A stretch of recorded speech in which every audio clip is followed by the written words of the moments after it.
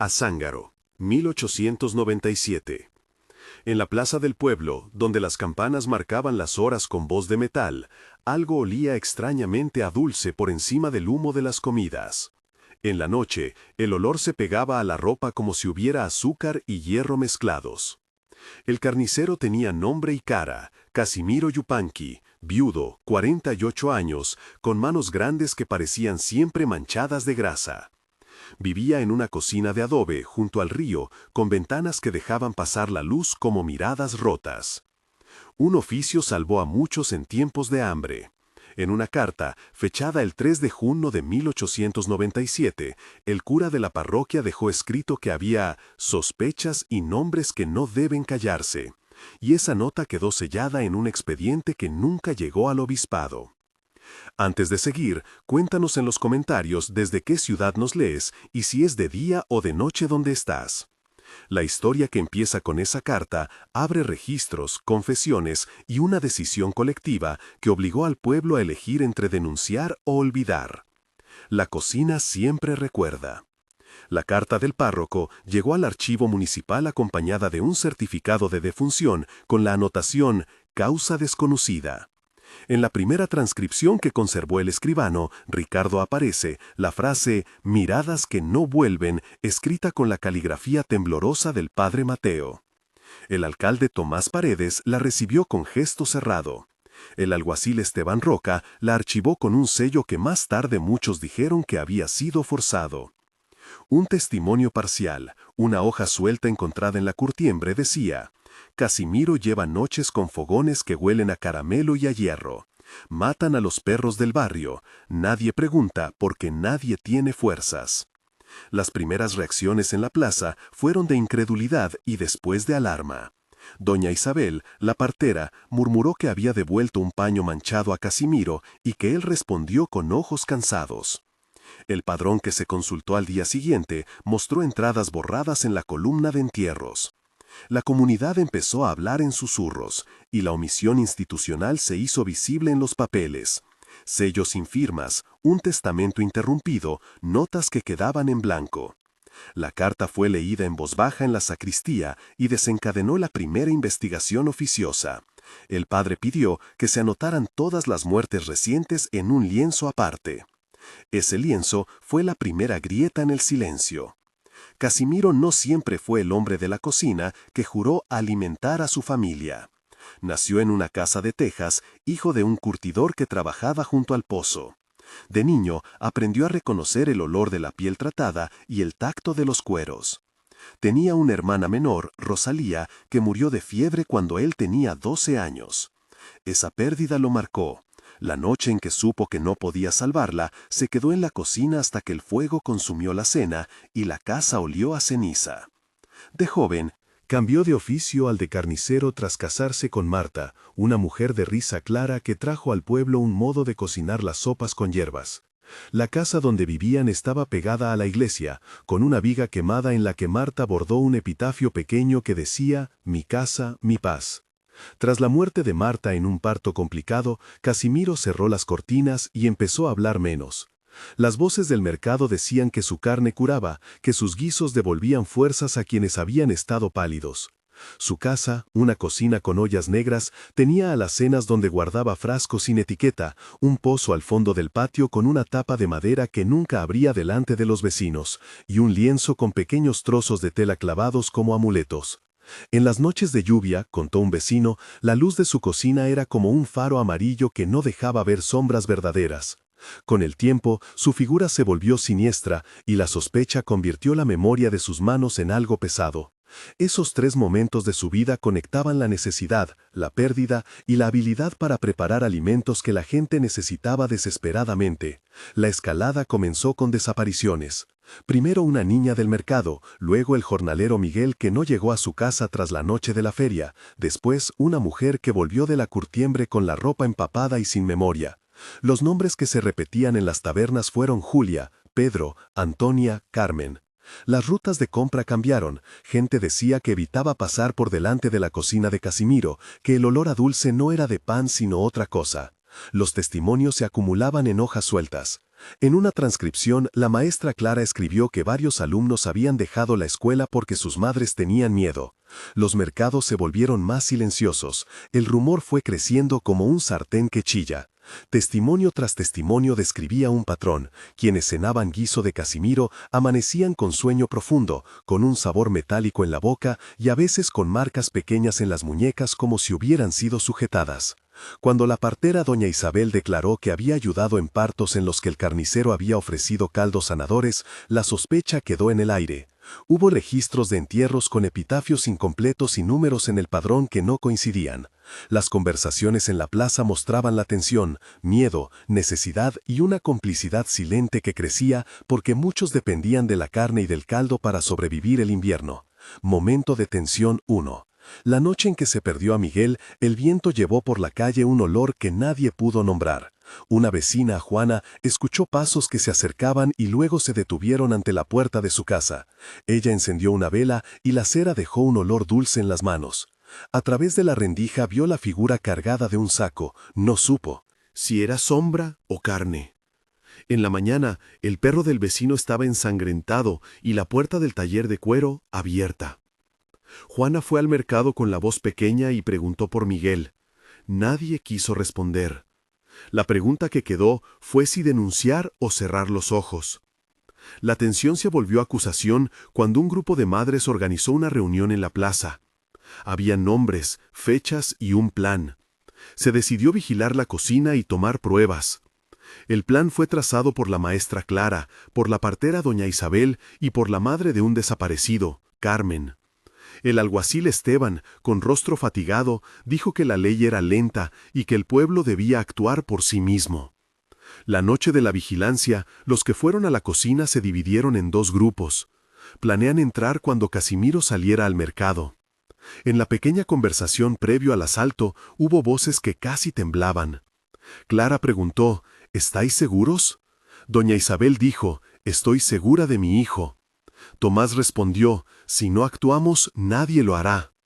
Miguel, hermano de un ausente, susurró, entremos ya.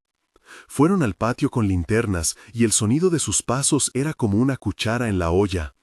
La puerta cedió. La invasión fue un choque de sensaciones. El olor dulce fue más fuerte, con notas de clavo y hierro. Encontraron ollas con salsas solidificadas, frascos sin etiquetas y trapos empapados en un líquido oscuro que olía a carne y a algo que no era del ganado. En la despensa había piezas envueltas en lienzos y cubiertas con sal, con un tejido que al tacto era rugoso y humano. En la cocina, sobre la mesa, un lienzo con nombres cosidos, Julia, Miguel, Antonia. La escena fue descrita con detalles por la maestra Clara en una declaración pública y por el escribano Ricardo, que tomó nota de todo. Al abrir un arcón, sintieron un golpe de calor, como si una memoria se liberara. Hubo un diálogo largo entre los que estaban allí, y Casimiro que regresó antes de lo previsto y quedó atrapado en su propia puerta. Diálogo de la confrontación, con 5 intercambios expandido para mostrar voces y culpa. Casimiro dijo, no saben lo que hice. Clara preguntó, ¿qué hiciste? Casimiro respondió, alimenté a los míos. Doña Isabel exigió, explica, ¿a quiénes? Casimiro replicó, a los que podían pagar con favores y con silencio. Tomás gritó, eso no es excusa. Casimiro susurró, la ciudad tenía hambre y yo tuve manos. Miguel dijo, manos que escondieron nombres. Casimiro cerró los ojos y en la cocina el olor se mezcló con el sudor. La discusión se volvió acusación y una decisión colectiva fue tomada en minutos y no en papeles. Momento de tensión 2. En la disputa, alguien encontró un cuaderno con recetas escritas en la pasta interior. No eran recetas de carne normales. Tenían notas con medidas de cal, sales, con palabras cruzadas que hablaban de revivir sabores y callar lamentos. El cuaderno contenía un fragmento en el que Casimiro confesaba haber mezclado restos de cuerpos no identificados en caldos cuando la necesidad apremiaba. La lectura en voz alta fue como un golpe al estómago del pueblo. Algunas personas vomitaron, otras se arrodillaron. La sensación de vergüenza recorrió las calles. Ante la escena, la respuesta oficial llegó tarde. Se redactó un acta en la alcaldía por el escribano Ricardo, con las firmas de varios vecinos. Se pidió una pericia, pero el médico designado dijo que no había medios suficientes para una autopsia como las entendidas en las ciudades. En los papeles se anotó que se tomarían muestras para envíos a la capital. Explicación breve de técnica forense en contexto 300 caracteres. El examen químico básico consistió en análisis de tejidos por reacciones de identificación y en pruebas de cal para determinar origen orgánico. Estas técnicas rudimentarias se aplicaban con reactivos que permitían diferenciar proteínas animales y restos humanos a nivel visual y cromatográfico simple. La limitación fue la falta de tiempo y de instrumentos. El dilema moral surgió en la decisión sobre qué hacer con los restos encontrados. Algunos, liderados por el padre Mateo y por el escribano Ricardo, propusieron enterrar rápidamente y sellar documentos para preservar la paz del pueblo. Otros, entre ellos la maestra Clara y la partera doña Isabel, exigieron llevar el caso a la capital y denunciar la complicidad. Se produjo un debate público en la plaza, con voces que se alzaban y otras que pedían silencio. Diálogo secundario de 3 intercambios entre padre Mateo, alcalde Tomás y alguacil Esteban. Mateo dijo: «La verdad puede deshacer familias». Tomás respondió: «Pero ocultarla es pecado civil». Esteban concluyó: «La ley no alimenta a los niños, la ley no abriga a las viudas». La decisión final fue una mezcla. Se hizo un enterramiento público con epitafio administrativo y se sellaron los papeles oficiales. Fue una solución que pretendía aliviar el conflicto, pero que dejó una sombra de impunidad. Momento de tensión 3. Tras el entierro, la noche se llenó de extrañas visitas al cementerio. Vecinos decían que oían cadenas y un sonido como de ollas golpeando desde la loma donde habían enterrado lo hallado. Algunos afirmaron ver figuras frente a la cruz, otras encontraron sobre la tumba pequeñas porciones de comida colocadas como ofrenda y manojos de hierbas quemadas. El pueblo empezó a creer en un ruido sobrenatural que era al mismo tiempo remordimiento y llamada de quienes ya no tenían voz. En los días siguientes se sucedieron testimonios que hablaban de visiones y de registros alterados. Un epitafio fue raspado hasta quedar ilegible, y en el registro parroquial faltaba una página. Los archivos municipales presentaban sellos con fechas cambiadas. Un documento reciente, hallado por un investigador en 1930, mencionaba la frase del padre: «He vendido mi alma por la paz del pueblo». Esa frase se convirtió en una confesión indirecta en los archivos privados. Algunos vecinos, como la madre Juana, guardaron en secreto cartas dirigidas a sus muertos que decían: «No te olvidaremos, pero fingiremos». Que no pasó.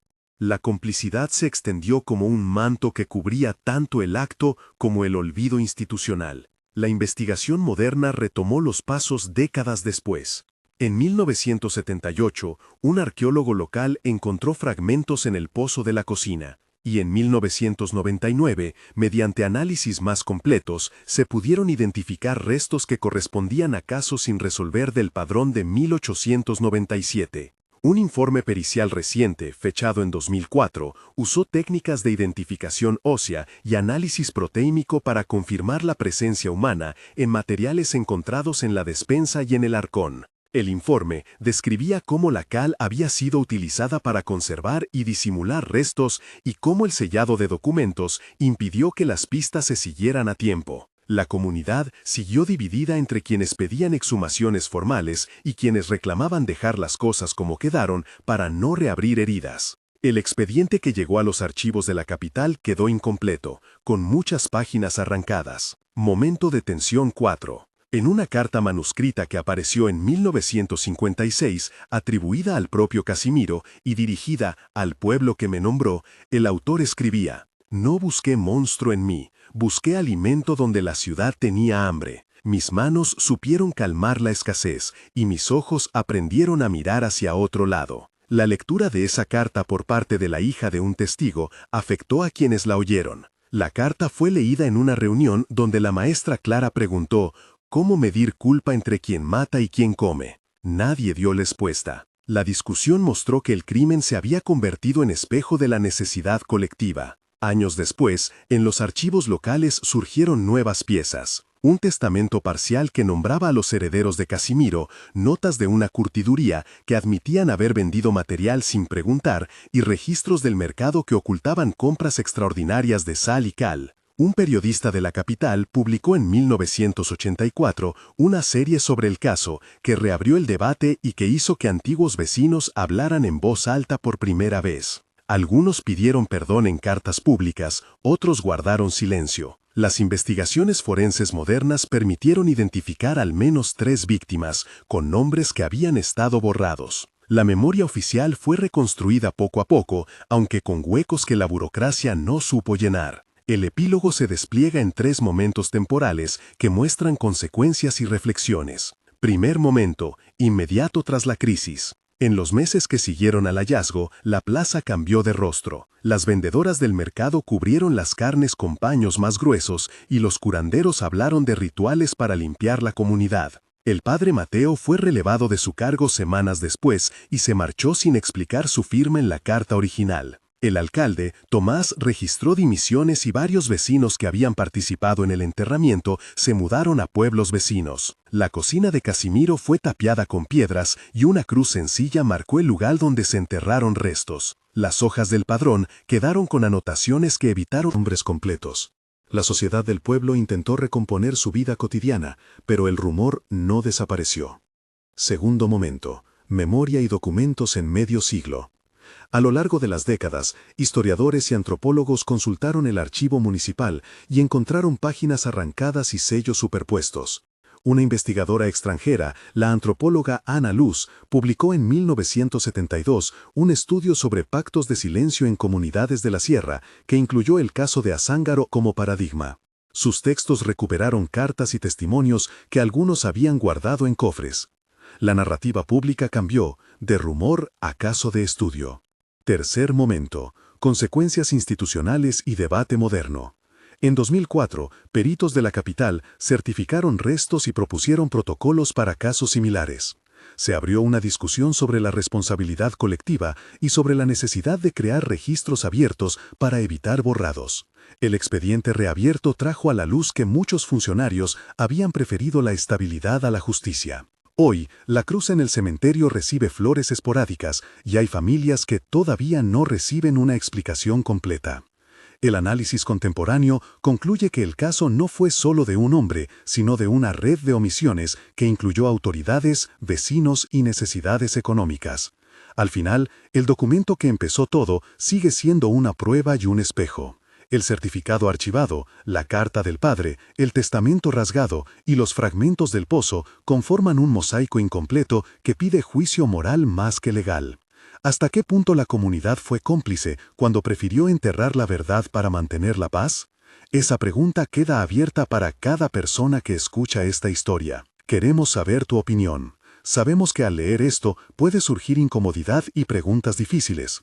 Cuéntanos en los comentarios qué habrías hecho si te hubieras encontrado entre la necesidad y la ley. Empieza tu respuesta con «yo habría» para que podamos leerla con facilidad y crear un mapa de decisiones colectivas. Si este tipo de investigaciones documentales te interesa y quieres que abramos los archivos complementarios y transcribamos los papeles originales, suscríbete al canal. Aquí vamos a seguir trayendo documentos, testimonios y análisis que otros intentaron ocultar. Porque mientras haya memoria, hay posibilidad de justicia. La cocina siempre recuerda.